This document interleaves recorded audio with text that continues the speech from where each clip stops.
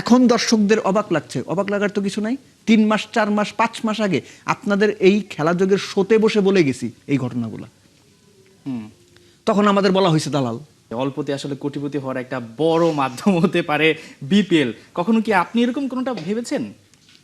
মানে আমি কোটিপতি হয়েছে, হ্যাঁ, হতে চেয়েছি কোটিপতি কিনা? হওয়ার জন্য এই ধরনের, যেহেতু বাংলাদেশ ক্রিকেট এটা চলছে, আপনি কখনো ভেবেছেন এই ধরনের বিষয়? আমি কখনো ভাবিনি, কেননা আমরা তো আসলে সরাসরি কোনো ফ্র্যাঞ্চাইজির সঙ্গে সম্পৃক্ত থাকতাম না। যে কেউ তো এখানে আসে। প্রফেশনালি যখন সাংবাদিকতা করতাম বা যতদিন করেছি, তো দেখতাম বাইরে থেকে, মানে মজা লাগতো। বিপিএল নিয়ে তো অনেকে অনেক কথা বলে, বিনোদন প্রিমিয়ার লিগ বা হোয়াট এভার ইট ইজ। মূল বিষয় হচ্ছে যে তামিমের যে প্রেস কনফারেন্সটা আমার মনে হয়েছে যে বেশ কিছু বছরে শুধুমাত্র বিপিএল নিয়ে এর চাইতে স্মার্ট এবং এর চাইতে তথ্যবহুল এবং এর চাইতে ইন্টিগ্রিটি দেখানো প্রেস কনফারেন্স আমি খুব কম দেখেছি বা আমি দেখিনি।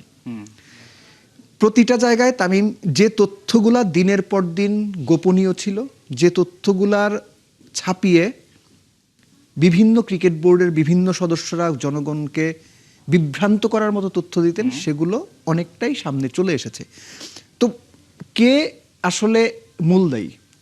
আমি বলবো এন্টায়ার ক্রিকেট সিস্টেমটাই মূল দায়ী।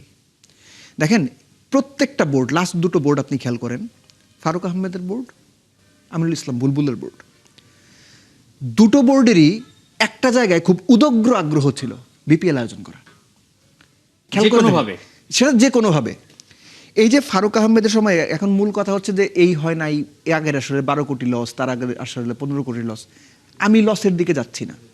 সুনির্দিষ্ট সুস্পষ্ট অভিযোগ আছে বিসিবির সাবেক 2 প্রেসিডেন্ট আমিনুল ইসলাম বুলবুল এবং ফারুক আহমেদ স্বপ্রণোদিত হয়ে স্বেচ্ছায় নিজেদের এখতিয়ার বহির্ভূতভাবে যে ফ্র্যাঞ্চাইজিগুলোর বিপিএলে ফ্র্যাঞ্চাইজি পাওয়ার ন্যূনতম কোনো যোগ্যতা নাই, তাদেরকে ফ্র্যাঞ্চাইজি দেওয়ার জন্য নির্দেশনা দিয়েছেন। এখন দর্শকদের অবাক লাগছে, অবাক লাগার তো কিছু নাই। 3 মাস 4 মাস 5 মাস আগে আপনাদের এই খেলাযোগের শোতে বসে বলে গেছি এই ঘটনাগুলো। তখন আমাদের বলা হয়েছে দালাল, তখন আমাদের বলা হয়েছে এরা আমিনুল ইসলাম বুলবুলের শত্রু, এরা বাংলাদেশ ক্রিকেটকে ধ্বংস করছে। এখন কি হচ্ছে? আমি খুব স্পেসিফিক 2-3টা কথা বলি। আপনাদের এই শোতে 6 মাস আগে বা বিপিএল এর পরপরই আমি স্পষ্ট করে বলে গেছি, শাখাওয়াত হোসেন সাহেব নামে একজন লোক ছিলেন, ভাইস প্রেসিডেন্ট। ওনার প্রেস কনফারেন্সের দাঁড়ায় স্পষ্ট করে উনি বলছিলেন এভরিথিং ইজ কাভার্ড।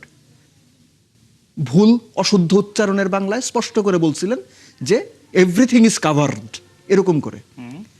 আমরা ব্যাংক গ্যারান্টি নিয়েছি, এটা নিয়েছি, ওটা নিয়েছি।